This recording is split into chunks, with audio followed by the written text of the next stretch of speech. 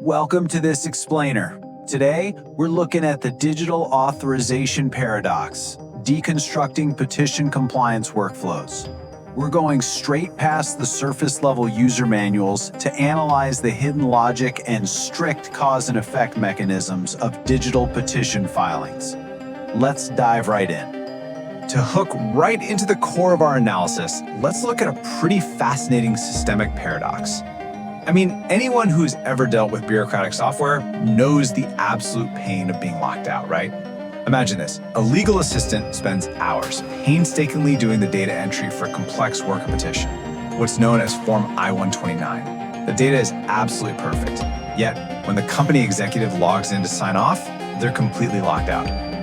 The system physically prevents them from accessing the petition until they approve a completely separate document, the representation form, or Form G28. So, why engineer it this way? Why can't the executive just sign the petition their team already prepared? Well, to understand this, we really have to redefine what this representation form actually is. You see, it's not just routine administrative paperwork or a polite hello from your legal team. In this digital compliance system, the representation form is a hard-coded, sequential gatekeeper. Think of it like a digital bouncer. It establishes verified legal agency. The entire architecture of the system assumes that until this relationship is affirmatively verified by the executive, the underlying petition data, no matter how perfectly drafted it is, legally doesn't even exist.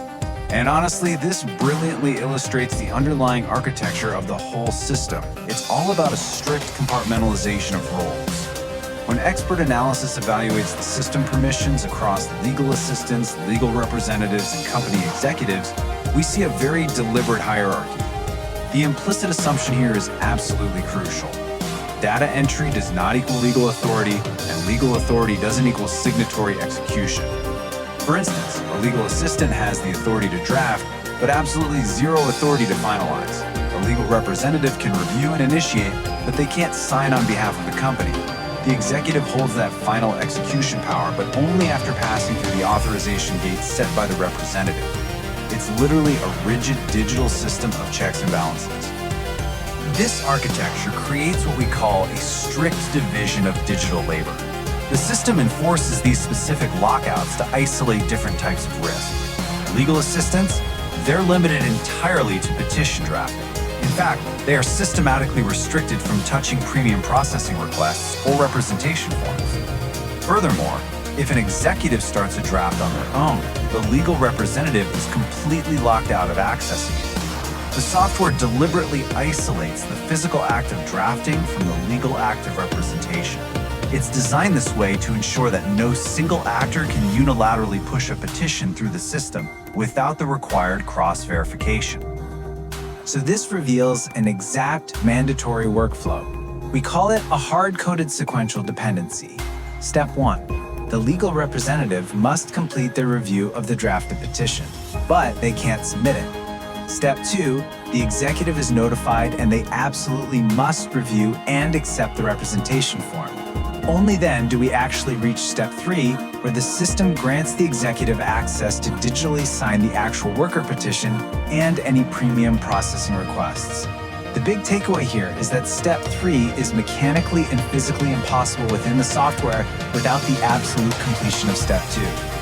This creates what expert analysis refers to as the blockade effect. Just look at the contrast in cause and effect outcomes at this specific representation gateway.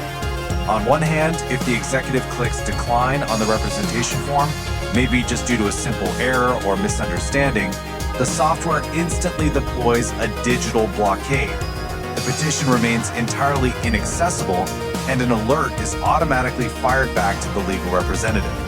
But conversely, accepting the form acts as a digital key. It immediately unlocks the gate, presents the executive with the binding legal statements, and enables the cryptographic digital signatures required to move forward. The absolutely crucial point here is the uncompromising nature of this digital rule. Expert analysis of the system instructions clearly dictates that if the representation form is declined, the company administrator simply cannot continue to the other forms until after a corrected representation form is accepted. There's no override button. There's no skip for now option to bypass the red tape. You can't just escalate it to a manager. The regulatory software enforces compliance by simply refusing to render the subsequent steps. Basically, you cannot execute legal liability for a petition if the system can't first cryptographically prove exactly who is legally representing the execution of that petition. So, why engineer such a rigid blockade? Well, the analysis points directly to systemic fraud risk mitigation. By hard-coding this exact sequence, regulatory agencies proactively neutralize the unauthorized practice of law. Think about it. A rogue actor simply cannot submit a filing without a verified executive signing off on their specific legal representation. It ensures legal agency is verified right up front, which creates an immutable digital audit trail of exactly who authorized what and when. Most importantly, it allows the regulatory agency to legally shift the burden of compliance directly onto these mutually verified actors. And that actually brings us to a critical limitation of the system itself, which perfectly explains why this gateway is so necessary. The system does have a built-in duplicate checker tool. However, expert analysis confirms this tool is definitely not foolproof. It only checks against previously submitted registrations, not within current unsubmitted drafts. Because of this, the software explicitly states that the duplicate check tool is really just an aid. The legal burden is placed entirely, 100%, on the verified representative and the registrant to ensure no duplicates are submitted. The regulatory agency needs absolute indisputable proof of who those two parties are before accepting that liability. And the representation form gateway provides exactly that proof. Which leads us to a final provocative thought to wrap up our analysis today. By enforcing this incredibly strict digital gateway, literally locking the executive out of their own petition until they legally bind themselves to a representative, does the system ultimately protect the regulatory agency from fraudulent data? Or does it protect the company executive from unauthorized legal liabilities being executed in their name? The reality is that these rigid software mechanics aren't just frustrating administrative hurdles. They're actually the foundational, hard-coded architecture of mutual legal protection and accountability. Definitely something to think about the next time you encounter a software gate you just can't seem to bypass.